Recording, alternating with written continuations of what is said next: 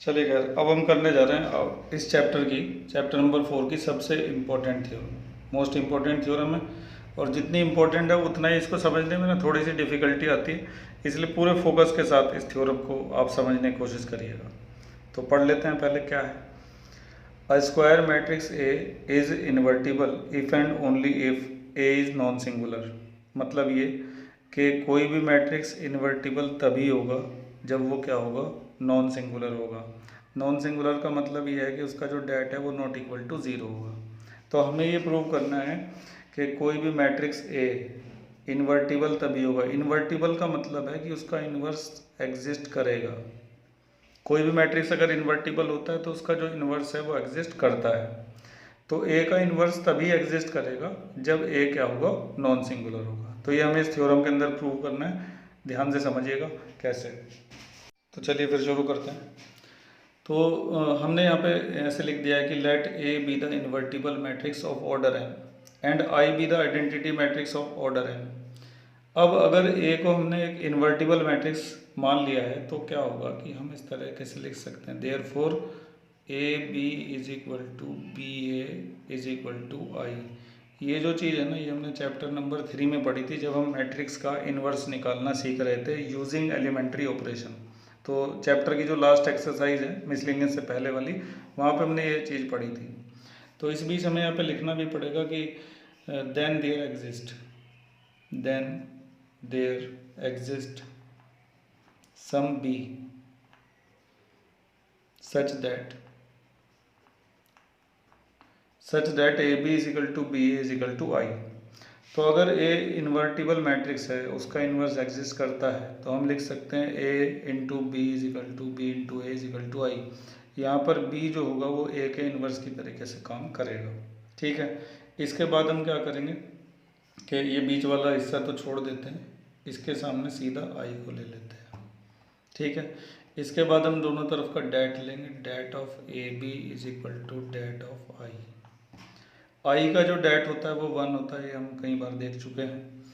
अब date of A B की जगह मैं लिखने जा रहा हूँ det of A into det of B. ऐसा हम लिख सकते हैं। अभी जो हमने थ्योरम पढ़ी थी, थ्योरम नंबर 3, उसकी मदद से हम ऐसा लिख सकते हैं कि डेट ऑफ ए बी को det of A into det of B लिखा जा सकता है। इसके बाद लिखेंगे it is possible only when. ऐसा तभी पॉसिबल है जब डेट ऑफ ए जो है वो नॉट इक्वल टू क्या होगा, ज़ीरो। क्योंकि मान लो अगर ये ज़ीरो हो गया ना, तो ज़ीरो की इसमें इंटू के ये सारा क्या बन जाएगा, ज़ीरो। और ज़ीरो जो है वो कभी भी 1 के इक्वल नहीं हो सकता। तो ये कंडीशन तभी ट्रू होगी जब डेट ऑफ ए क्या होगा, नॉट इक्वल टू ज़ीरो होगा। इसका मतलब वो क्या होगा, नॉन सिंगुलर होगा। कौन कौन होगा नॉन सिंगुलर, ए। ठीक है। तो ये थ्योरम जो है ना इसी तरीके से प्रूव की जाती है। अभी ये पूरी नहीं हुई है, अभी हमें इसका वो भी करना है, कन्वर्स भी करना है। तो फिलहाल थ्योरम ये है कि ए अगर एक मैट्रिक्स है जो इन्वर्टिबल है, यानी कि उसका इन्वर्स एग्जिस्ट करता है, तो ऐसा तभी पॉसिबल है जब ए क्या होगा, नॉन सिंगुलर होगा। तो इसको प्रूव करने के लिए हमने मान लिया कि ए जो है वो एक इन्वर्टिबल मैट्रिक्स है। अगर ए एक इन्वर्टिबल मैट्रिक्स है तो इसका इन्वर्स एग्जिस्ट जरूर करेगा, उसको हमने क्या मान लिया, बी। अब किसी मैट्रिक्स में उसके इन्वर्स की मल्टीप्लाई करके क्या आता है, आई आता है। किसी मैट्रिक्स में उसके इन्वर्स की मल्टीप्लाई करके आई आता है। ये थ्योरम हमने पढ़ी थी चैप्टर नंबर 3 में। ठीक है। इसके बाद हमने क्या किया, ए बी को आई के इक्वल रख दिया यहाँ पे, इसको छोड़ दिया बीच वाले पार्ट को। फिर हमने दोनों तरफ का डिटर्मिनेंट ले लिया। फिर ये जो था इसको स्प्लिट करके ऐसे लिखा जा सकता है अकॉर्डिंग टू थ्योरम 3, जो हमने इसी वीडियो में पढ़ी थी। उसके बाद हमने कहा कि ये कंडीशन तभी पॉसिबल हो सकती है जब डिटर्मिनेंट ऑफ ए जो है वो क्या होगा, नॉट इक्वल टू ज़ीरो होगा। इसका सीधा मतलब ये है कि ए क्या होगा, नॉन सिंगुलर होगा। तो हमने ये साबित कर दिया कि ए इन्वर्टिबल तभी हो सकता है जब वो क्या होगा, नॉन सिंगुलर होगा। अब हम इसका कन्वर्स करने जा रहे हैं अगले पेज पर। फिलहाल हमने क्या प्रूव किया है कि कोई भी मैट्रिक्स इन्वर्टिबल तभी होगा जब वो क्या होगा, नॉन सिंगुलर होगा। आसान भाषा में ऐसे कहेंगे, किसी भी मैट्रिक्स का इन्वर्स तभी एग्जिस्ट करेगा जब वो क्या होगा, नॉन सिंगुलर होगा।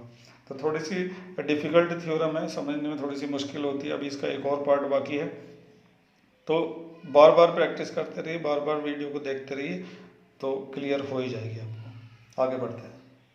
चलिए फिर अब हम उसका कन्वर्स प्रूव करने जा रहे हैं।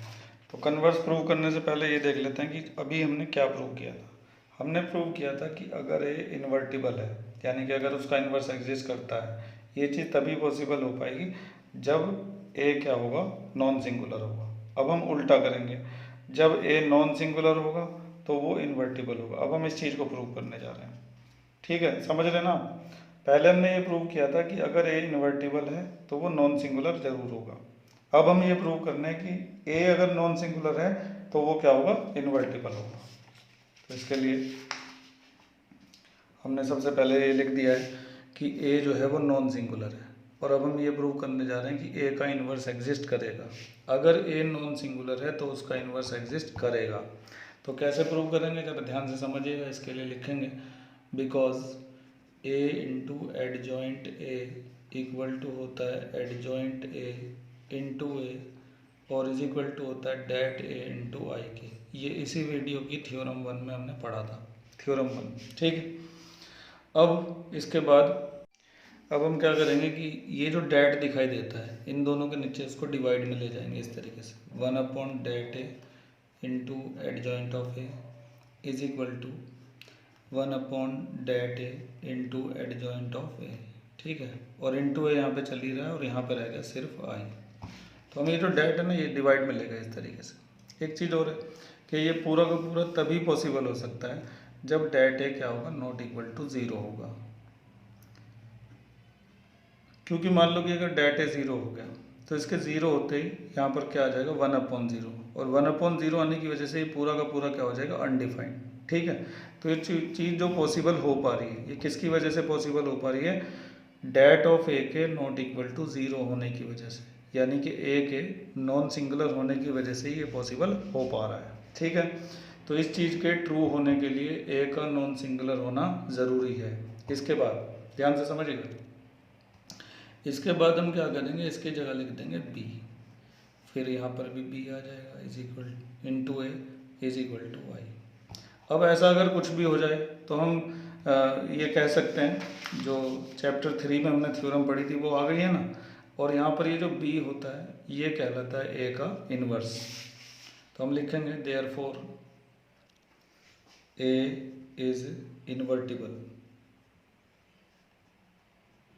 अगर ये कंडीशन आ जाती है तो हम ये कह सकते हैं कि ए जो है वो इन्वर्टिबल है, क्योंकि A B into A B is equal to B A is equal to I आ चुका है। ऐसा तभी आ सकता है जब ए क्या होगा, इन्वर्टिबल होगा, और ये जो बी है ये उसका क्या कहलाएगा, इन्वर्स कहलाएगा। इस बीच आप ये ज़रूर लिख दीजिएगा कि where B is equal to 1 det A into adjoint of A. तो b a का इन्वर्स होगा, तभी a की b में मल्टीप्लाई करके क्या आ जाएगा, i आ जाएगा। ये देखो ना, a की मल्टीप्लाई अगर a इन्वर्स में करेंगे तो क्या आता है, i आता है। तो ये a है और ये a का इन्वर्स है, तो a की a के इन्वर्स में मल्टीप्लाई होके ही क्या आएगा, i आएगा। ठीक है, तो हम कह सकते हैं कि therefore a is invertible and a inverse is equal to 1 det A into adjoint of A. और यही वो फार्मूला है जिसका इस्तेमाल एक्सरसाइज 4.5 और 4.6 दोनों में ज़बरदस्त तरीके से किया जाता है ए का इन्वर्स निकालने के लिए। ठीक है, किसी भी मैट्रिक्स का इन्वर्स या तो इस फार्मूले से निकाला जा सकता है या फिर उसमें एलिमेंट्री ऑपरेशन लगाकर निकाला जा सकता है। ये डिपेंड करेगा कि क्वेश्चन में किस तरह से पूछा गया है हमसे। तो ये बड़ी इंपॉर्टेंट थ्योरम है और थोड़ी सी कॉम्प्लिकेटेड भी है, लेकिन अगर बार बार देखा जाए ध्यान से, फोकस से, तो चीज़ें समझ में आ जाती हैं। ऐसा नहीं होता कि समझ में नहीं आती। एक बार पूरी थ्योरम को फिर से लेते हैं शुरू से। तो थ्योरम 4 हमें ये कहती है कि अगर ए एक स्क्वायर मैट्रिक्स है और वो इन्वर्टिबल है, यानी कि अगर उसका इन्वर्स एग्जिस्ट करता है तो वो क्या होगा, नॉन सिंगुलर होगा। तो इस थ्योरम को जब पूरा किया जाता है तो 2 हिस्सों में किया जाता है। एक बार तो हम ए को इन्वर्टिबल मान लेते हैं और ये प्रूव करते हैं कि वो नॉन सिंगुलर है, और दूसरी बार ए को नॉन सिंगुलर लेकर प्रूव करते हैं कि वो क्या है, इन्वर्टिबल है। तो अब अगर ए इन्वर्टिबल है तो उसको इस तरह से लिखा जा सकता है A B is equal to B A is equal to I, chapter 3 की थ्योरम के हिसाब से। यहाँ पर बी जो होता है वो ए का इन्वर्स कहलाता है। ठीक है, फिर हमने इसको हटा दिया, यहाँ से इन दोनों को एक दूसरे के इक्वल रख दिया, फिर दोनों तरफ का डिटर्मिनेंट लिया, फिर इसको स्प्लिट कर दिया थ्योरम 3 के अकॉर्डिंग, जो अभी पढ़ी थी इस वीडियो में।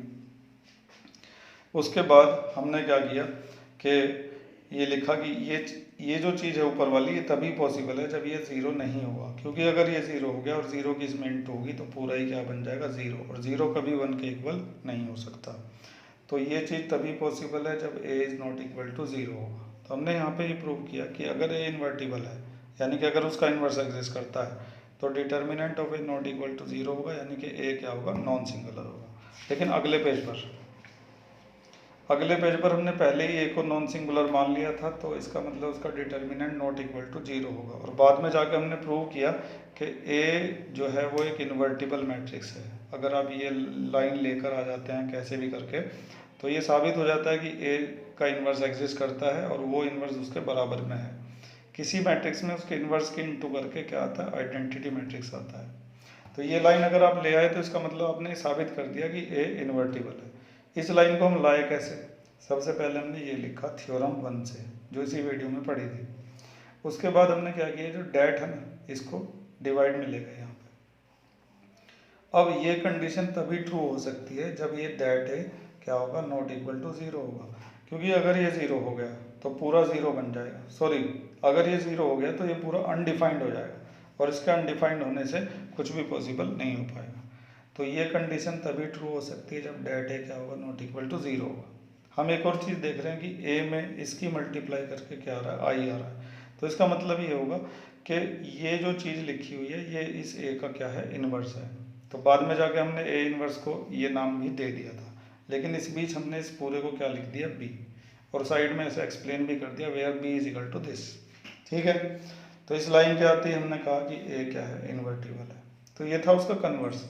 लेकिन जब थ्योरम आती है प्रूव करने के लिए तो पूरा किया जाता है, पिछला पार्ट भी और ये भी। अच्छे तरीके से इसकी प्रैक्टिस जरूर कर लीजिएगा। ठीक है, उम्मीद है कि सब समझ में आ गया होगा। अगर आपको चीज़ें समझ में आ जाती हैं अच्छी तरह से तो वीडियो को लाइक ज़रूर किया करें। लाइक, शेयर और सब्सक्राइब 3 काम जरूर करने होते हैं। थैंक यू, आज के लिए बस इतना ही।